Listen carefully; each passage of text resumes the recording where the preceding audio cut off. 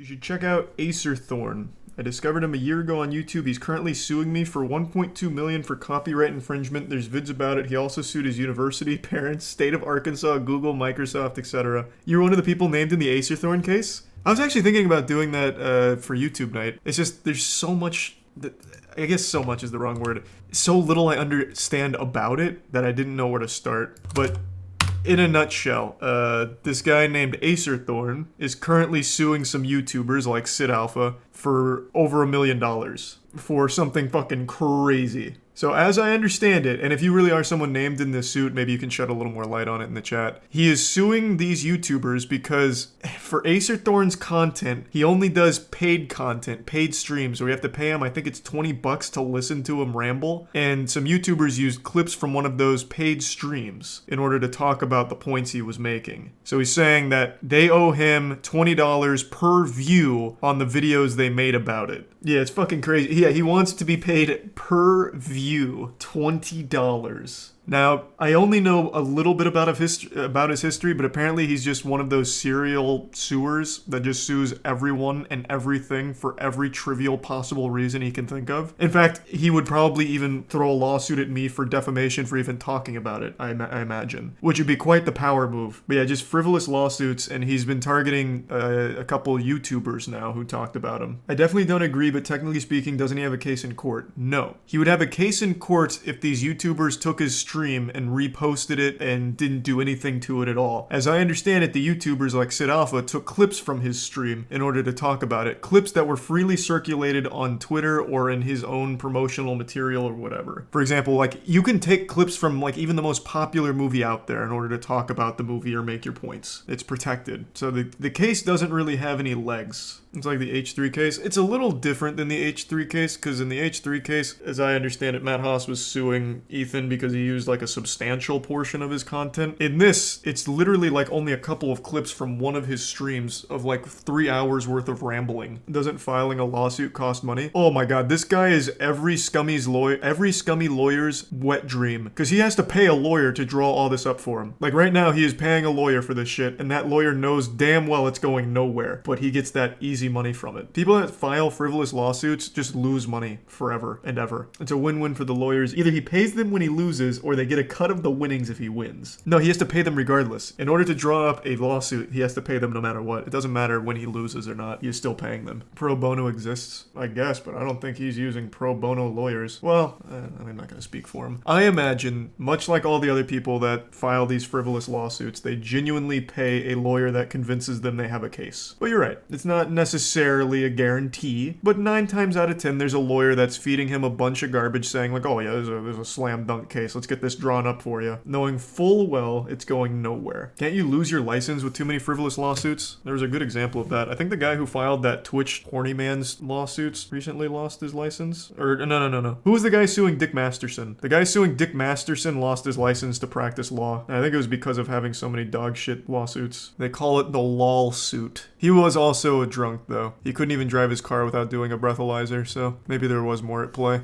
Holy shit, this summons and complaints document is amazing. In which case, the Acerthorn one or the lol suit? Because the lol suit was asking for $380 million from Dick Masterson, I think it was. At least according to this article. We talked about this on the podcast as it was happening. Originally this started after a collab stream between me and Acerthorn in which he timed out a lot of chat users for mentioning his past in the court. I didn't agree and asked what it was about. I was yelled at and he left in rage and later sued me. Somehow he attracted the attention of more content creators like Kretosis, Sid Alpha, and he added them to the lawsuit as well. Fucking awesome. That'll teach you. You don't fuck with Acerthorn when he's on a power trip. Now he's gonna add you. He really should go like full in. Literally add everyone in the chat to his lawsuit. Don't be a bitch, Acerthorn. Name 14,000 people in the suit or you've lost my respect. You're gonna have to pass. I can't afford that. I mean, it wouldn't. I don't think it'd go to that far. You should watch his Elden Ring review. I tried watching one of his videos, but it really seems like he just tries to be like a contrarian or just say the dumbest shit he can think of to get a rise out of people. So I don't think he's even genuine. I think he plays a character. But the lawsuit's real. Can't you just say no if someone sues you? I see we have a lawyer in here. You can't sue me if I don't agree to it. You don't have my consent. Alright, you know, fuck it. Not a YouTube night, but I do want to at least understand a little bit more about the lawsuit and how it relates to the people I just talked about it. So Sophian gave us the groundwork. So it apparently started because Sophian and Acerthorn collabed. Acerthorn started banning people in the chat who brought up his history of like suing everyone. He fucking apparently sued everyone close to him. Probably would sue my dogs or something if they barked at him, allegedly. And when Sophian confronted him about it, like, hey, why are you banning all these people? Apparently Acerthorn then responded by suing them. And then the YouTubers picked up the story to talk about it, and Acerthorn is suing the YouTubers for $20 per view, saying that they hijacked his paid content. Ladies and gentlemen, I am Sid Alpha, and while I'm currently working on an update video to the Acerthorn situation, I needed to provide a pre-update, as you can readily guess from the title of this video. And no, that is not hyperbole in the slightest. Yes, Acerthorn has named me as a defendant in his current lawsuit against Enclave Emily and Echo Wilder. Other creators that have been added alongside me are Kretosis, Just Emmy, Rogue Internet Man, and Sophian P. BB Fazy has also been added, although in BB Fazy's case, I actually feel that Acerthorn very much has a case against Bro, BB, you're getting as sued? that is the person that abused the DMCA to take down a great many of Acerthorn's videos for no good reason whatsoever. And as much as I lack any and all respect for Acerthorn, BB should never have done that. Now, this document was apparently filed a month ago. Alright, let's take a peek. Enclave Emily, Echo Wilder, Kretosis, Emmy, Sid Alpha, BB Fazy, Rogue Internet Man. Hey, Sophian! There you are. Honestly, this reads like a promotion. I'm a YouTuber and Twitch streamer. You can find my links here. Here's my YouTube and my Twitch. Which is a shame I didn't find out sooner. And his claims are as ridiculous as one might expect. So I thought it would be interesting to share precisely what I will be sued for, discuss some basic facts, and what next steps will be. So please bear with me as we delve into the insanity that is an Acerthorn lawsuit. Acerthorn is claiming 2 acts of infringement against me, where the first is downloading a clip from his accidental livestream. Now, in that, he states, during January of 2022, Sid Alpha received from Sophian P a copy of the April 10, 2021 stream, which he then voluntarily accepted. I know he did this because he proceeded to make a video that included this clip. See Infringement 23. Can you say this in a lawsuit? He acquired possession of that clip because duh? What self-respecting lawyer would write that? This is like a teenager's blog. Does he write these himself?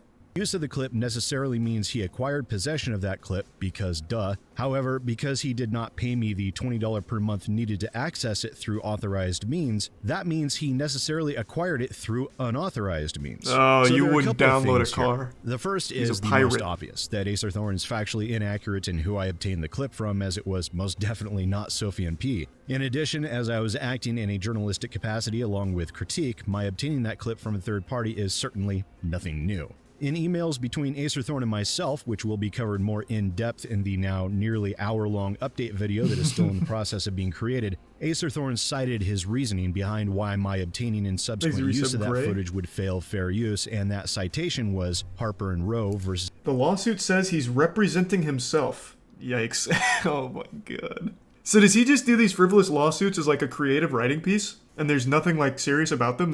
Jesus, it's like a fucking circus. And this is a genuine question. Has there ever been a case in the entire history of the US legal system where someone representing themselves has won anything, ever? The last time I saw someone represent themselves in court, it was a guy who murdered someone, and his defense was, yeah, I murdered her, and what are you gonna do about it? There has been a couple cases? Okay. Well, I will say the odds are probably not on the side of representing yourself. Nation Enterprises. Well, I'm not exaggerating. The guy who murdered, I think it was his girlfriend or something. It was a viral clip on YouTube like a year ago. The guy who murdered his girlfriend was like, I murdered her, but you're all getting how I did it wrong. This is how it happened. And he did it like he was delivering some kind of pregame pep talk. What actually happened is I killed her over there, not over there that you claim. As if that was like what was up for debate. I probably can't show the clip, and it's pretty fucked up because it's an actual murder case. But yeah, that was the last time I saw someone represent themselves. He wasn't denying that he killed her. He was just saying that they're getting the story wrong of how he killed her. Was he found innocent? I don't think so, man. But imagine the world were like, oh my god, he's right. It looks like she really was killed in the other room. Like it's a game of Clue. Oh, it wasn't Colonel Mustard in the library. Now we gotta let him go. That legal case surrounded former President Ford contracting a license agreement with Time magazine to publish his as-yet unwritten memoirs. An unauthorized source provided The Nation magazine with a copy of those memoirs, which they then subsequently published. And within that lawsuit, Nation Enterprises eventually lost due to the fact that their publishing of 300 to 400 words of those memoirs were a direct commercialized attempt to quote-unquote scoop Time magazine and enrich themselves by releasing that information before Time magazine did. That legal case surrounds two core aspects. The first is right to first publication. The second is that it did affect and harm the potential market for Time magazine's contracted license to release that information. Now, let's keep those two tenets very firmly in mind as we go through the second allegation made against me by Acerthorn, where he says, on February 12th, 2021, Sid Alpha published a video where he heavily criticized me for my use of the DMCA to protect my copyrights. For the most part, the court may find the video overall to be fair use. However, at timestamp 52:16, Sid Alpha proceeded to use the Strange Noises clip from the April 10, 2021 stream.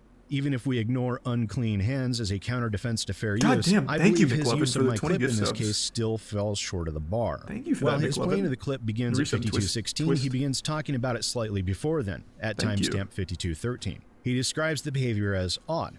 That's it. That is where the totality of his criticism and commentary of this clip begins and ends. After he uses the word odd to describe the clip, he then plays the heart of the work without any visual or auditory obstruction whatsoever, and therefore, just like Kratos' videos, serving as a market replacement for the original. Once he had played the clip, he then abandoned all discussion of the clip itself and recommenced his previous discussion of my usage of the DMCA takedown system, which he believed to be abusive.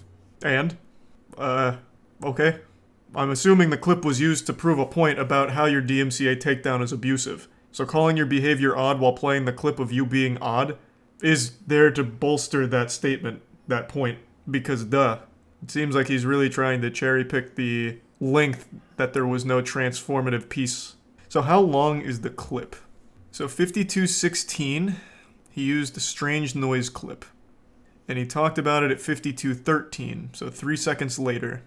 But how long is the clip? Is it like a 1 minute clip, a 2 minute clip, a 5 second clip?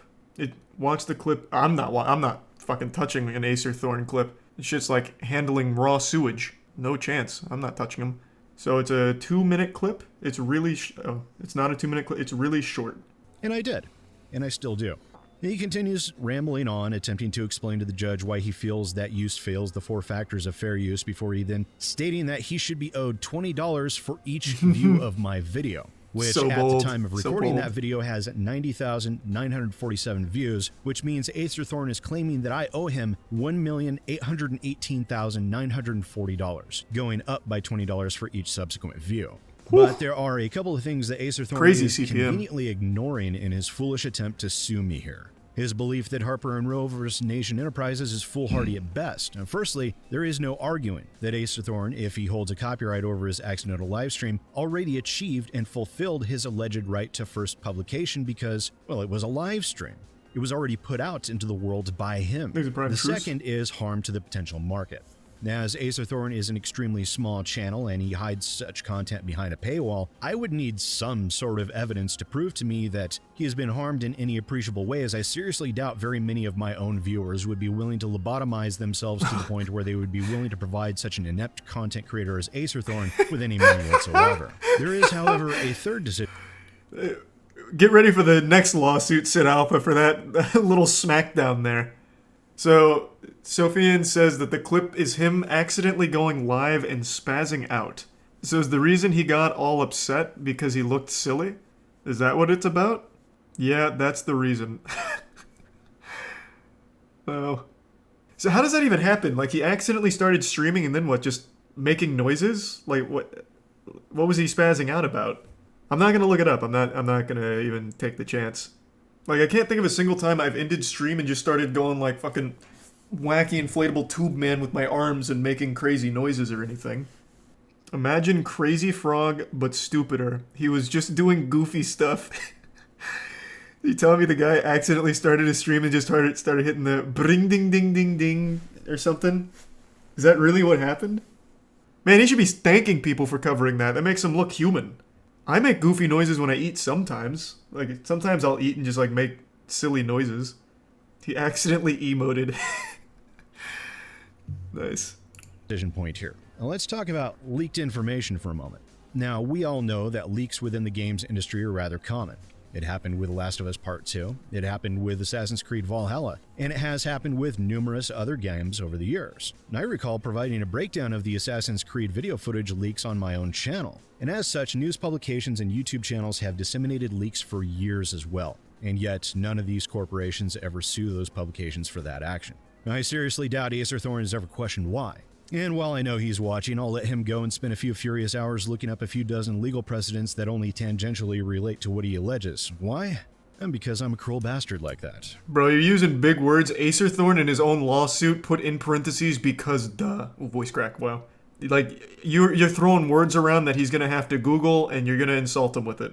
You gotta keep it simple if you really want to reach out to him in the video here. However, the clip used within my video was a very small portion of the original, which was over 5 minutes in length, where that clip was already heavily edited down from the multi-hour accidental livestream. Also, within the Sophie NP lawsuit, we already know that Acerthorn claims he did not make those noises, which we all know to be a blatant lie, and it will be fun to watch him twist in the wind over that one as well. Thanks to Leonard French, there are a couple of things that Acerthorn is also failing to take into account. This from the H3H3 Productions lawsuit. They cite Google v. Oracle, stating, quote, "In Google, the Supreme Court cited with approval 2 Ninth Circuit decisions for the proposition that intermediate copying, which would be my downloading of the clip, or copying as a preliminary step in the creation of a fair use work also qualifies as fair use." Now, of course, Acerthorn does not himself believe that my use of that clip was fair use, which I will be perfectly fine having my attorney permanently dissuade him of this very incorrect belief there. However, if the judge finds my video to be fair use under the second allegation made against me, then the first allegation automatically fails as a result. However, it gets even more fun further down, where he states, "Even if he were correct in his argument that I cannot claim copyright of the recording of any noises I did not make myself, that still does the defendants only minimal good. Sidalpha argues that I have placed myself in a lose-lose situation, whereby in order to have a copyright to even enforce, I must admit to having made the noises myself, which in turn means I must publicly admit to being deranged." Not quite, but... What are you talking about? Everyone makes goofy noises from time to time when they're alone. Shit, I make them on stream sometimes too. What do you mean you have to admit to being deranged? What is wrong with you? What? Oh my god, now I have to publicly come out and say that I'm a lunatic because I made silly noises. People are gonna look at me like I'm a fool. Thus, I'll sue this man. That way no one thinks I'm a fool. Jesus. In order to avoid looking like a clown, he became the whole circus. All right. It is actually the other way around. Because I have the registration for the copyright, that means I hold the presumption of copyright validity. To overcome this presumption, the defendants would have to insist that I did not make these noises, and once they do that, they've just admitted to defaming me when they called me deranged. No, that's really not how that works. So instead, it is actually the defendants, not myself, who have placed themselves in a lose-lose situation by embracing this legal theory for invalidating my copyright. Can you put exclamation points in your lawsuit? This honestly reads like a blog post. Ah, but in fact I was 2 steps ahead of them, like an anime villain. They were wrong. They're in the lose-lose situation. Huzzah! I don't think I've ever seen an exclamation point in a lawsuit. Granted, I've only seen a limited number of lawsuits, but I've never seen that thrown in there. It's a court document twit longer. Pretty much, this is what it sounds like. He claims that I cannot claim a copyright on this recording because it was accidental is equally frivolous. His logic rests on the assumption that A, because it was accidental, it must be factual, and B, factual works are not subject to copyright protection. Now, in that, he's partially correct. Now, Leonard French, being an attorney, can never state in the definitive, but he had stated on Twitter that he believed that an accidental live stream might be considered a factual work as there is no intention of creativity there. Again, ultimately, that will be for the judge to decide, and facts are not copyrightable. This is, well, a fact. But Acerthorn is correct insofar as a compilation of facts might be protected. From the Digital Media Law Project, quote, "There may be a situation in which a compilation of facts may be protected if the creator of the original publication selected, coordinated, or arranged the facts in an original way. For example, a sports almanac may arrange baseball scores in a creative way, a genealogy chart may arrange birth dates in an original way, or a cookbook may arrange ingredients in a creative and original way as part of its recipes. In each of those instances, the creator of the work would have a copyright in the creative arrangement God, I'm too dumb to understand half but this. not I'm the not gonna facts lie to you. themselves." And then here's where we get even further into Never Never Land with Acerthorn's requested relief. Now, he first asked that we be required to remove any infringing content from social media accounts and cloud storage. He then asked that all defendants submit our computers and phones for impounding so that they can have any of his content removed from them, and to also remove any of his content from any website. He then requests maximum damages of $150,000 for the 23 alleged cases of infringement for a total of $3,450,000. Oh my god! Holy shit, this guy's going for the moon! Whoo-wee! Followed by the ad revenue from the 2 Kritosis live streams, along with the ad revenue I made from my video. And then there is once again the $20 per view of my video, which totals over $1.8 million. He then is requiring that YouTube, Alphabet, Discord, and Twitch remove any of our content that he feels is infringing, which is an entirely redundant point, as his second demand is that they permanently delete our accounts, and then wants the court to require them to take preventative measures to ensure we're unable to create new accounts. Oh my god! The idea that the attorneys representing the corporations in the Sofian P lawsuit already smacked down hard, but a further breakdown of their absolutely delicious response to his demands will be covered in the update video. Oh, well, hold on, there's a little plot twist. Are you still here, Sofian?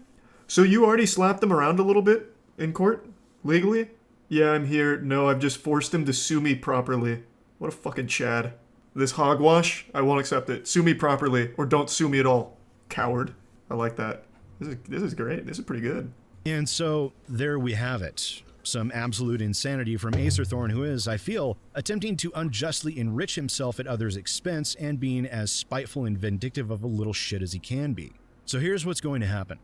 I will wait for Acerthorn to actually serve me, which may well take several months. I have been in discussion with the court about possibly hiring Bill Richmond, an accomplished attorney, to handle this case. Don't know who a that discussion is. will be had about potential and likely costs, and then I will be working with the court to set up a GoFundMe to help cover the legal fees. And when we do eventually win, Acerthorn will be countersued to recoup attorney's fees and, if possible, a written apology to all the creators he is attempting to harm through this lawsuit. Except for BB Fazy. Fuck that guy.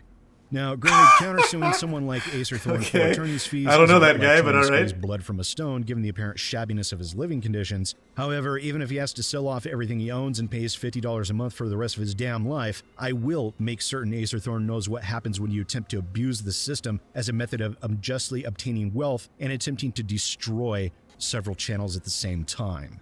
Once again, ladies and gentlemen, I am Sid Alpha, and I'll see you next time. What an adventure. What a fucking adventure. Yeah, I don't know much about the quartering. I just see his like wild fucking tweets on Twitter from time to time about like women's makeup or whatever. So I don't really know much about that guy. But this seems like it's a crazy fucking lawsuit. God damn. Thanks for bringing that up, Sofian. And wishing you the best of luck with the case. Hopefully it doesn't end up being like expensive or anything. I don't think it's going to make it very far for what it's worth. I'm no expert. I didn't pass the bar or anything, but I mean, the way he wrote that lawsuit seems like any self-respecting court is never going to actually take it seriously. Have you seen The Man Who Broke God of War in Half? Yeah, we watched that the other night. Rixer was here to explain a couple extra things too, so we got even like the director's cut to really lay it all out. I've still not started Moon Knight. I keep forgetting.